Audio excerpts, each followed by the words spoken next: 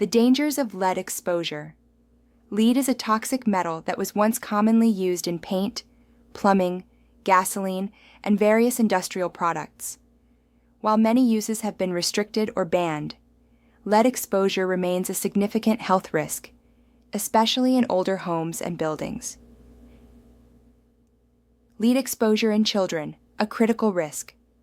Why children are especially vulnerable. Developing brains and bodies absorb lead more easily than adults. Even low levels of lead in a child's blood can cause permanent damage. Their brains and nervous systems are still developing. They are more likely to ingest lead through hand-to-mouth behavior, e.g., eating paint chips, touching contaminated surfaces of dust and soil. Health effects in children.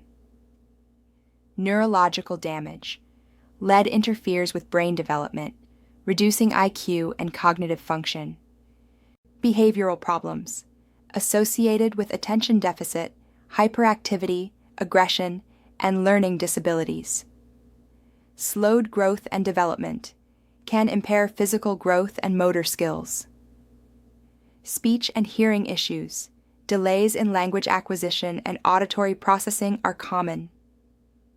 Anemia. Lead disrupts red blood cell production. Kidney damage and immune dysfunction in severe cases. Long-term impact. Increased risk of academic failure, juvenile delinquency, and reduced lifetime earnings. Effects are irreversible. Once damage is done, there is no cure, only management and support. Health effects. In children. Neurological damage. Lead interferes with brain development, reducing IQ and cognitive function. Behavioral problems, associated with attention deficit, hyperactivity, aggression, and learning disabilities. Slowed growth and development, can impair physical growth and motor skills, speech and hearing issues.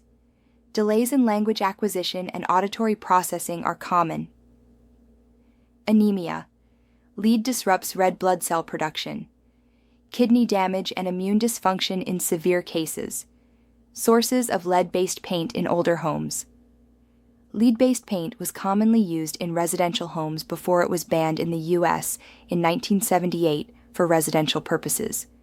If a home was built before 1978, there's a high chance it contains some lead-based paint, especially on interior and exterior surfaces, doors and door frames, window sashes and sills, baseboards, trim and molding, porches, stairs and railings, walls and ceilings, especially in kitchens and bathrooms where durability was prioritized. Radiators and pipes, sometimes painted for aesthetic or protective reasons. Hidden sources, less obvious. Under newer paint layers.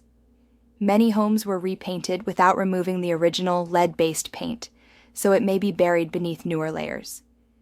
Cracking or peeling areas.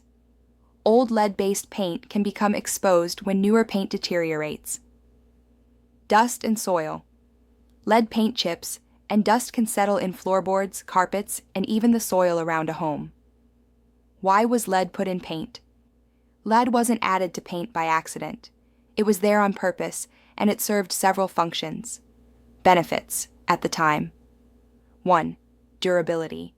Lead made paint more resistant to wear and weather. It could last longer on exterior surfaces. 2. Moisture resistance. It helped protect wood and metal surfaces from water damage, mold, and rust. 3. Faster drying. Lead compounds made paint dry faster, which was convenient in construction and manufacturing. 4. Vibrant color and opacity. Lead pigments, like lead carbonate, white, and lead chromate, yellow, provided rich, consistent color and good coverage. 5. Smooth application. Lead gave paint a creamy consistency that spread easily and evenly. Other building materials and home components that may contain lead. 1. Plumbing systems, pipes, and fixtures. Biggest concern after paint. Lead pipes were commonly used for water service lines, especially before the 1950s. Lead solder was widely used to join copper pipes up until it was banned in 1986 under the Safe Drinking Water Act amendments. The Safe Drinking Water Act, SDWA, was originally enacted in 1974, and it has been amended several times to ensure the protection of public drinking water supplies. Here are some key amendments and changes to the SDWA over the years. 1977. Amendments. These amendments introduced a program for monitoring and regulating contaminants in drinking water.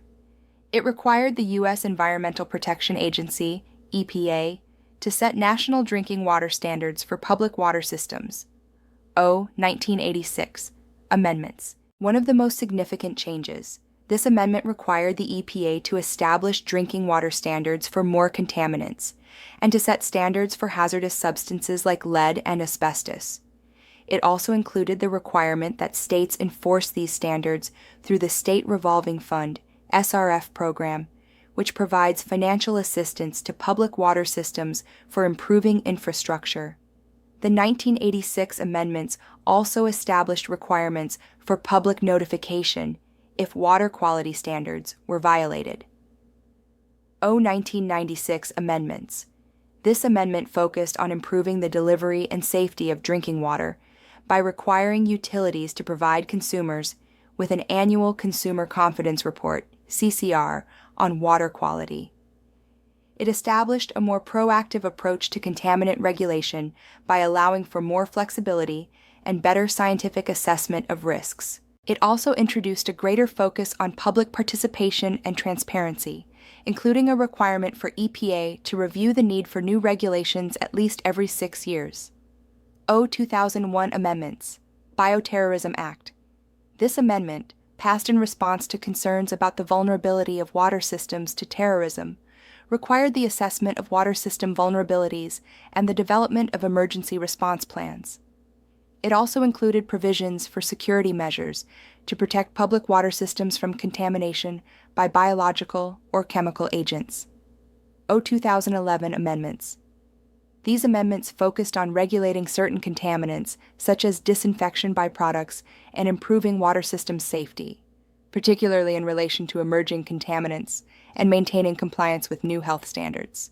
The SDWA and its amendments continue to evolve, with new regulations to address public health concerns, emerging contaminants, such as PFAS, and climate-related challenges to water systems. Brass faucets and fixtures often contain lead alloys, sometimes exceeding safe levels. Risk. Lead can leach into drinking water, especially if water is acidic or sits in the pipes too long. 2. Ceramic tiles and glazed pottery. Older tile glazes, especially imported ones, sometimes use lead-based compounds for durability and gloss. Same goes for decorative ceramics, kitchenware, or bathroom sinks. Risk. Wear and age can cause lead to leach into food, liquids, or create dust. 3. Roofing materials. Some old flashing, gutters, and roofing nails were made with or coated in lead, particularly on historic homes. Lead sheeting was sometimes used for waterproofing, chimney flashing, or roof valleys. 4. Electrical components. Lead solder was used in older electrical wiring, circuit boards, and even some light fixtures. While generally not a direct exposure risk unless disturbed, it's something to be aware of during renovations. 5. Window weights. In homes with double-hung sash windows, cast iron weights sometimes had lead content. These weights are hidden in wall cavities and pose risk mainly if broken open or handled during remodeling. 6. Floor finishes and stains. Some older floor stains, varnishes, or sealants, especially dark oil-based ones, contained lead drying agents to speed up curing. Also found in some deck coatings and linoleum adhesives. 7. Wallboard joint compounds and plasters. Some pre-1970s drywall joint compounds and plaster coatings contained lead, particularly those used in commercial or institutional construction. 8. Soil around the house. Not a building material, but worth mentioning. Soil around homes built near. O roads from old leaded gasoline. O industrial areas, O older homes with peeling exterior paint can be contaminated from lead runoff or deterioration over time. Renovation danger zones. Lead becomes most dangerous when disturbed, like during demolition, sanding, cutting, stripping old paint or finishes. These activities release microscopic lead dust, which is easily inhaled or ingested. Safe practices for lead in homes. Get a lead inspection or risk assessment before major renovations. Use certified lead-safe contractors, especially under EPA's renovation, repair, and painting rule. Always use HEPA vacuums, plastic sheeting, and wet sanding methods to reduce dust. Test your water regularly if you suspect lead pipes or solder. Where lead comes from, originally lead, chemical symbol Pb, is a naturally occurring heavy metal found in the Earth's crust. It's not man-made, it's mined from the ground, usually as part of ore deposits. Main sources. Galena, PBS, is the primary ore of lead. It's a shiny, metallic-looking mineral composed of lead sulfide, often mined in the same places as silver and zinc. Other minor ores, anglesite, PbSO4, and cerussite, PbCO3. How it enters human use. Once extracted from the ground, lead is refined and processed for use in industry and construction. Industrial uses. Over time, ancient Rome used lead for pipes, hence plumbing from Latin plumbum.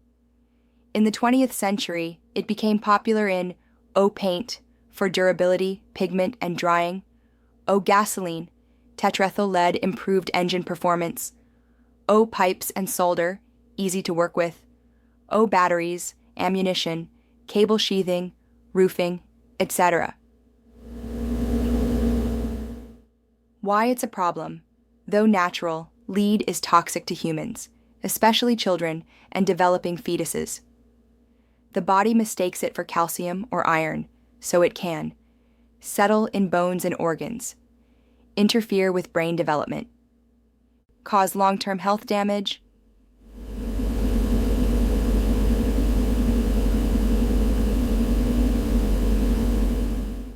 environmental pathways lead from mining, smelting, paint, and fuel ends up in soil, water, airborne dust, food chain, plants and animals absorb it, so even though it starts in the ground, human use spreads it widely. So why was it banned? Despite the practical benefits, the health risks of lead, especially from dust and chips, were eventually deemed far too serious. Long-term exposure was linked to brain and nervous system damage, learning disabilities and developmental delays in children, kidney problems and high blood pressure in adults. Even low-level exposure was shown to be harmful, leading to a nationwide residential ban in 1978. Final note: if your home was built before 1978, it may still contain lead-based paint, even if it looks freshly painted. The danger isn't just in the paint itself, it's in disturbing it during renovation, sanding, or repairs, which releases harmful dust. What HUD and EPA have found about LEED focus, lead in housing. The Department of Housing and Urban Development, CHUD, and the Environmental Protection Agency, EPA, have been working together for decades to address lead exposure, particularly from lead-based paint, which is the most common source in U.S. housing. Key findings. Homes built before 1978 are the highest risk because lead-based paint was banned in residential use that year. Children under 6 are most vulnerable. They absorb lead more easily, and their brains are still developing. Even low levels of lead in blood, under 5 micrograms per deciliter, can cause O. Learning disabilities, O. Behavioral issues, O. Developmental delays. Key HUD and EPA regulations. 1. Disclosure Rule 1996, CHUD and EPA, requires sellers and landlords of pre-1978 housing to O. Disclose known lead-based paint and hazards, O. Provide a lead hazard information pamphlet, Allow buyers a 10-day inspection period. Include specific disclosure language in leases, sale contracts. Applies to most residential housing, except zero-bedroom units, like studios. Housing for the elderly, disabled, unless kids live there. Short-term rentals under 100 days. 2. Renovation, repair, and painting, RRP, rule, EPA. Contractors doing renovation, repair, or painting in pre-1978 housing or child-occupied facilities must be EPA certified or use LEED-safe work practices, contain dust, avoid dry sanding, clean up thoroughly, provide a Renovate Right pamphlet to residents. Applies to work disturbing more than 6 SQFT indoors or 20 SQFT outdoors. 3. LEED-safe housing rule, LSHR, HUD. Applies to federally assisted housing, e.g., Section 8, public housing. Requires risk assessments, interim controls, or abatement of lead hazards, special notice and clearance testing after work. Units must be lead safe, especially before families with children move in. 4. Lead in drinking water, EPA, Safe Drinking Water Act. Action level, 15 parts per billion, ppb. Utilities must monitor and reduce lead levels. Lead pipes, solder, and fixtures are gradually being replaced, ongoing monitoring and outreach. EPA and HUD fund programs to assist low-income families with lead hazard reduction. CDC monitors childhood blood lead levels nationwide. State and local governments often have stricter lead regulations and inspection programs. Educational resources provided. Protect your family from lead in your home. Required pamphlet. Renovate Right. Contractor disclosure pamphlet. Online lookup tools for EPA certified firms. Local lead programs, lead safe housing initiatives, what you should always provide. EPA booklets. Protect your family from lead in your home. Renovate Right required forms. Lead warning statement. Disclosure of known lead-based paint or hazards, opportunity for inspection. Timing. Before contract signing or lease agreement. Tip for agents and property managers. If you're selling or renting a home built before 1978, don't skip the paperwork. Encourage inspections and testing. Educate clients, especially families with young kids. The discovery and regulation of lead by the EPA happened over time, as scientific understanding grew. Here's a quick timeline of when the EPA and the public became aware of lead hazards and how the EPA responded. The timeline. When did the EPA find out about lead? Lead poisoning has a long and complex history, with early observations dating back to ancient civilizations. Here's a brief overview of how it was first discovered and by whom. Ancient observations. Romans and Greeks. Some of the earliest records of lead poisoning come from ancient Rome and Greece.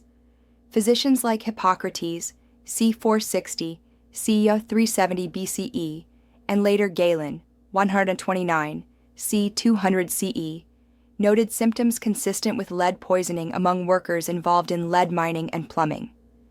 Vitruvius, a Roman architect and engineer in the 1st century BCE, warned against using lead pipes for drinking water, suggesting he was aware of its harmful effects. Roman aristocrats, who used lead-based cookware and sweeteners made with lead, like sapa, often suffered from gout, and other symptoms now understood to be linked to chronic lead exposure. Industrial era recognition. During the 17th to 19th centuries, lead poisoning became more widely recognized during the rise of industrialization, especially among workers in paint, plumbing, and smelting industries. In 1839, Louis Tanquerel Desplanches, a French physician, published a detailed study of lead poisoning in workers, describing neurological symptoms and coining the term Saturnism, named after Saturn, the alchemical name for lead. Modern medical understanding. By the 20th century, especially in the 1920s and beyond, medical science had firmly linked lead exposure to serious health issues in children and adults.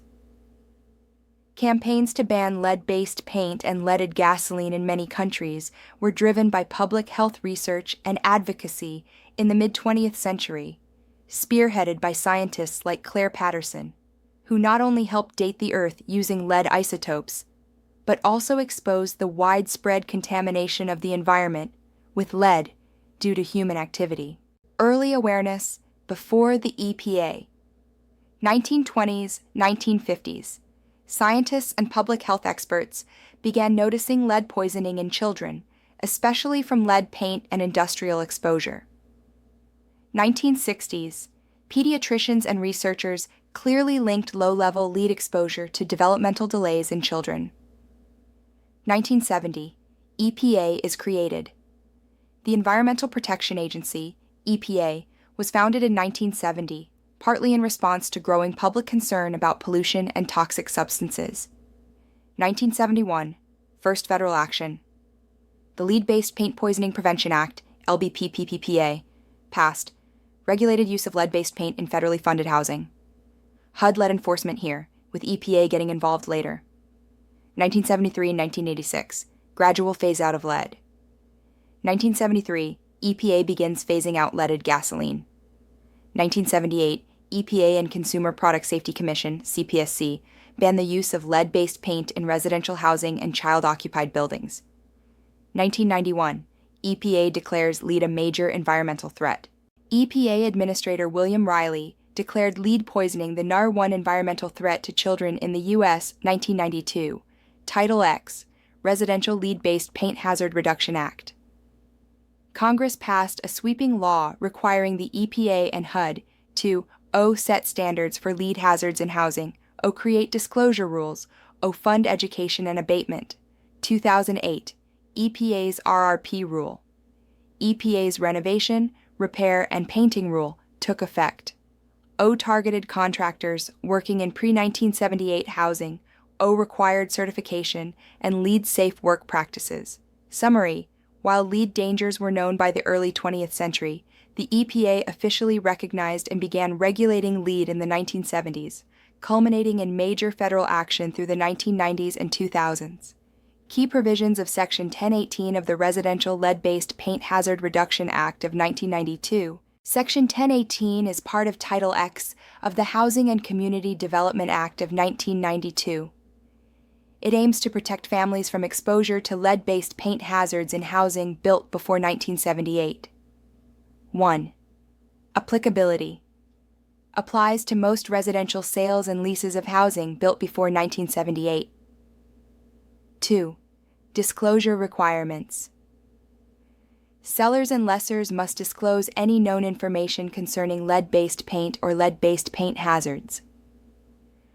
Provide any existing reports or records available related to lead-based paint in the property. Provide the EPA pamphlet. Protect your family from lead in your home. 3. Opportunity for inspection. Buyers must be given a 10-day period, or another mutually agreed-upon period, to conduct a lead-based paint inspection or risk assessment at their own expense. 4. Contractual acknowledgement. A lead warning statement must be included in sales or lease contracts. Both the seller, lessor, and the buyer, lessee, must sign acknowledgments confirming compliance with disclosure requirements. 5. Agent responsibilities. Real estate agents must ensure that sellers and lessors comply with the requirements. Agents must ensure that the necessary disclosures and acknowledgments are properly completed and maintained. 6. Enforcement and penalties. Enforced by the EPA and HUD. Civil penalties for noncompliance can reach up to $16,000 per violation. Buyers and tenants may sue for triple damages if they are harmed due to undisclosed lead hazards. Lead-based paint disclosure rule, fact sheet https www.epa.gov, system files, documents 2024 U9 lead disclosure, rule fact sheet. PDF. In the residential purchase contract, lead-based paint is pointed out in places. The addendum to attach to the contract is the lead-based paint disclosure, and the box on line 37 is checked. Under Section 4 disclosures lines, 167-182. Lead-based paint disclosure explains when notice needs to be given and what reports, records, and pamphlets need to be disclosed. Lines 181 or 182 need a buyer's initials acknowledge that they understand the requirements for a home built before or after 1978. Lines 404-408 discloses that any document may be done in counterpart except the lead-based paint disclosure. All parties must sign on the same form. Just because a home was built after 1978 does not mean that there is not lead-based paint in the home. The regulation regarding lead-based paint in housing was implemented through the Residential Lead-Based Paint Hazard Reduction Act of 1992, also known as Title X, which led to the lead-based paint renovation, repair, and painting (RRP) rule. Here is a timeline of key events related to lead-based paint regulations, particularly around December 1996. Timeline of lead-based paint regulation implementation. 1. 1992, Residential Lead-Based Paint Hazard Reduction Act, Title X. The U.S. Congress passed Title X as part of the Housing and Community Development Act of 1992. This act required that federal agencies develop regulations regarding lead-based paint in housing, especially for homes built before 1978, the year lead-based paint was banned for residential use. 2. 1996, HUD and EPA rulemaking process. In December 1996, the U.S. Department of Housing and Urban Development, HUD, and the Environmental Protection Agency, EPA, finalized a rule requiring that sellers and lessors of homes built before 1978 disclose known lead-based paint hazards to potential buyers and tenants. The rule also required that certain disclosures be made on real estate transactions, specifically during sales and leases of pre-1978 homes. 3. 1999, EPA Lead Renovation, Repair, and Painting, RRP rule. The EPA issued the first phase of the RRP rule, which required certification for contractors working in pre-1978 homes. The rule specified procedures for reducing lead exposure in residential buildings during renovations and repairs. 4. 2010, EPA Lead Renovation, Repair, and Painting, RRP. Rule fully implemented. The EPA strengthened the RRP rule, requiring contractors to follow specific procedures, e.g. containment and cleanup, when renovating homes built before 1978. This included mandatory certification and training for workers involved in renovations to minimize lead exposure. Key provisions of the 1996 rule, disclosure rule.